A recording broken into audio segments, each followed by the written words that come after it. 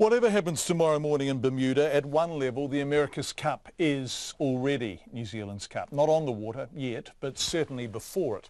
In Warkworth, a town just north of Auckland, there's a company called Core Builders Composites, CBC. They build high-performance racing yachts. And before we move on, I asked CBC's General Manager, Tim Smyth, about their involvement in the regatta. Well, we built the vast majority of the Oracle boat, the Japanese boat, probably good 30% of the Swedish boat. We built the wing for the French yacht. We also did a lot of the fundamental tooling of the One Design class components, and we sold some of that tooling. We certainly rented our set of tooling to Team New Zealand. We did. We have a full metal shop in our workshop as well, so we did a lot of the standardised metal fittings that were here. A lot of this work is, and we also distribute a lot of work to other downstream New Zealand industries. So yeah, created a lot of business here. So that's a pretty impressive CV, and that's been one of the justifications for the government's financial backing of Team New Zealand, that the Cup has been a bonanza for boat building here in this country. But that's occurred under country of origin building rules that have effectively allowed syndicates to build their boats wherever they like. And as it's happened, as you heard, first and foremost, that's been in New Zealand. Now, if they win, Team New Zealand can tighten that rule, requiring more of the boat to be built in the country the challenger comes from: France, Sweden, Japan, the US, Britain, and so on. So as Tim Smyth points out, under current rules, a Team New Zealand win is a dream scenario, racing here and building here, a true win-win. But under another scenario, it's disastrous, and I don't want to sort of, New Zealand's going to, if it wins the Cup, it's fully entitled to make the decision that it wants to. I'd hate to sort of be lecturing them, but it is true that one of the biggest challenges of having an America's Cup is getting more teams to enter. And I know Larry was motivated to keep the costs down and to make it easier for other countries to enter.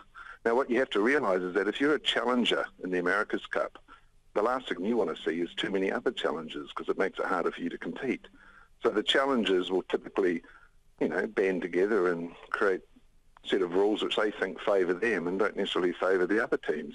And one of those rules is the constructed in country rule, and it is a traditional part of the deed of gift, so it's pretty hard to get rid of. You've got to have some element of that. Now, if you're a challenging country with a good boat building industry like Team New Zealand, you don't want to see other people being able to utilise the New Zealand boat build resource. So you say, no, I'd prefer a constructed in country rule that's really tight, that says everyone's got to build their boats in their own country. Sorry to interrupt. Sorry, I'm just computing this now. So what you're saying is if New Zealand wins, touch wood, and we are defending in New Zealand, the challenges that you are currently getting work from, actually including the defender that you're currently getting work from, won't be able to come to you any longer? Well, they will be if the Team New Zealand maintains the same rules which we have now, which is only a small percentage of the boat has to be built in another country. But they are on record of having voted against that particular rule in this Cup. They didn't, but they may have changed their mind by now, but they certainly voted against that, relaxing of the rule. And I can understand it as a challenger. It's only got to make it easier for other challengers. I mean, you wouldn't have seen a Japanese challenge, I don't think. They wouldn't have had the wherewithal and the resources to build their boat, within a reasonable time scale to a reasonable cost inside Japan. I'm not saying it's impossible, but it's a much bigger hurdle for them to build their boats. It's easier to come to a country like New Zealand where there's established expertise. So that business is there, but of course it means more challenges, which makes it harder to win the Cup.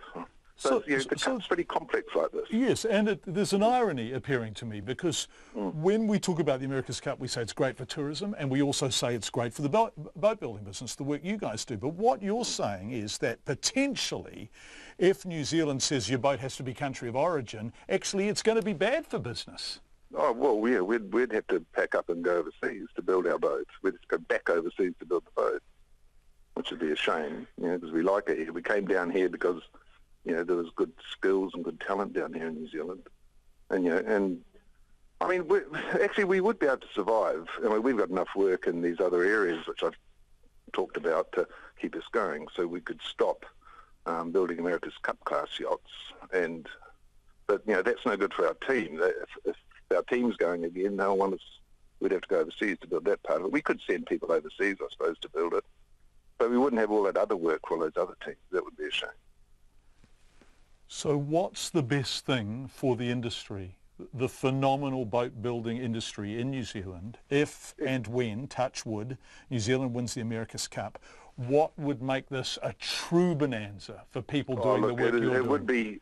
It'd be tough for Team New Zealand in the sense that they'd have a little bit more competition for the resources down here, but, you know, overall I think they'll be the net beneficiary. I think there'd be a tremendous amount of boats would get built down here because you'd have the advantage of proximity to the race course. You'd have the great quality that we already have and the capacity that we have to deliver this product. So it could be a real bonanza for Team New Zealand, for New Zealand, if they kept the current rules as they are, which is only 10% has to be built offshore, and the rest of it would be built. A lot of people would elect to build their boats here, I'm convinced.